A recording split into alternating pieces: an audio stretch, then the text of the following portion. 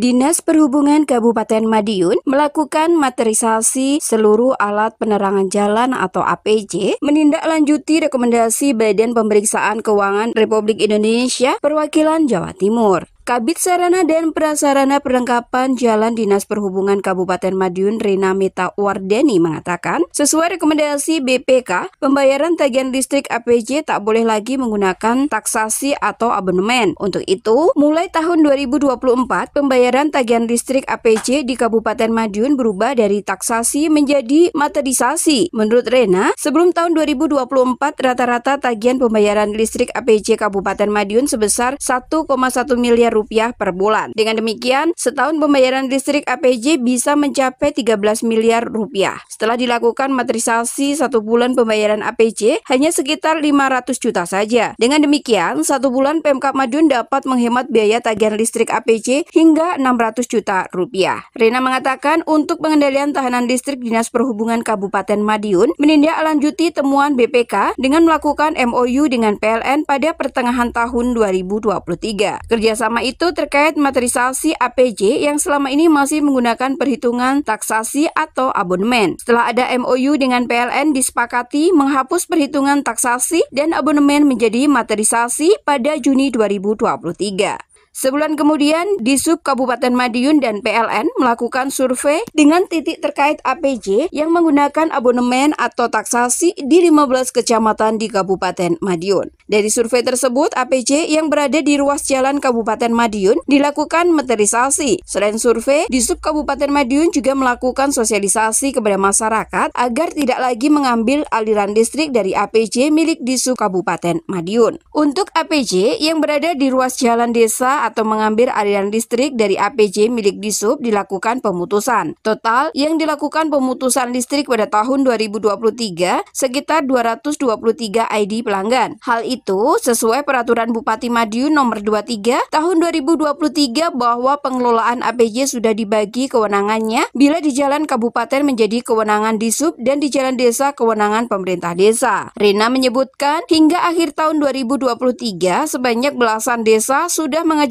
materisasi APJ. Pasalnya, setelah dilakukan pemutusan IDPL, PLN memberikan program kepada pemerintah desa yang akan memetasasi APJ di desanya secara gratis. Teknisnya, pemerintah desa mengajukan permohonan ke Disub Kabupaten Madiun dan menyediakan instalasi SLO dan ID-nya. Temuan BPK kemarin adalah kami harus melaksanakan pengendalian terhadap tagihan listrik. Jadi di Kabupaten Madiun ini selama sebelum tahun 2024 ini kami rata-rata satu bulan itu tagihan listrik untuk APJ itu sekitar 1,1 miliar per bulan. Jadi setahun sekitar 13 miliar itu untuk membayar tagihan listrik APJ. Padahal titik APJ kami itu hanya sekitar 800-an IDPL. Kemudian dengan perbandingan kemarin itu kami ada proyek KPBU APJ itu dengan 7.459 titik dengan 267 IDPL itu tagihannya sekitar 400 juta. Jadi perbandingannya itu sangat jauh sekali karena yang APJ yang lama itu masih dalam bentuk taksasi abonemen listriknya. Oleh karena itu, untuk mengendalikan tagihan listrik itu, kami harus menindaklanjuti dari rekomendasi BPK itu. Nah, salah satunya adalah melaksanakan MOU dengan PLN. Jadi MOU dengan PLN itu bagaimana kita untuk memeterisasi IDPL APJ itu yang masih selama ini masih taksasi atau abonemen istilahnya. Karena kalau tagihan taksasi abonemen itu per bulan kan stagnan ya, misalkan satu titik itu satu IDPL itu katakan 20 juta, nah itu sepanjang tahun pasti harganya 20 juta itu. Jadi tidak ada perhitungan real dalam sebulan itu ada berapa meter pemakaian KWH listriknya. Untuk itu kami mengadakan MOU dengan PLN untuk memulai menghapus tagihan taksasi atau abonemen itu dan nanti mengubah menjadi metrisasi. Seperti itu. Jadi yang pertama bulan Juni kemarin kami sudah melaksanakan MOU dengan PLN.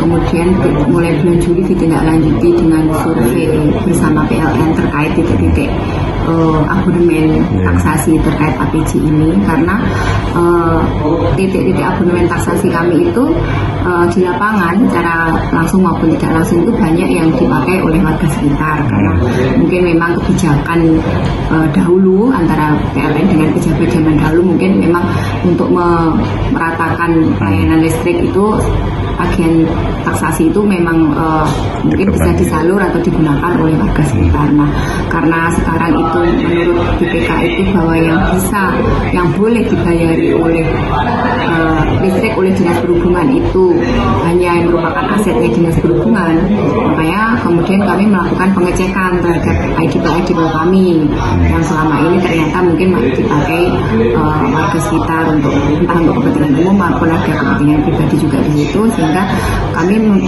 survei sekaligus memberi sosialisasi kepada masyarakat bahwa untuk tidak lagi istilahnya menggantol atau nyolong dari IDPL Jujisub seperti itu. Sehingga setelah itu kita beri pengertian ke masyarakat, kami mengajukan pemutusan ke PLN dengan dibantu juga oleh pemangku wilayah camat, kepala desa, kemudian dibantu juga kemarin ketika pembongkaran itu dengan pihak Satpol PP juga, karena untuk memberikan juga pengertian kepada masyarakat bahwa sekarang itu istilahnya dengan pelayanan listrik dari PLN yang semakin mudah itu mereka bisa nanti untuk menyamakan penyambungan listrik sendiri selain supaya tidak menggantol atau mengambil listrik dari IDPL asetnya dinas. M. Alwi, Trans TV mengabarkan.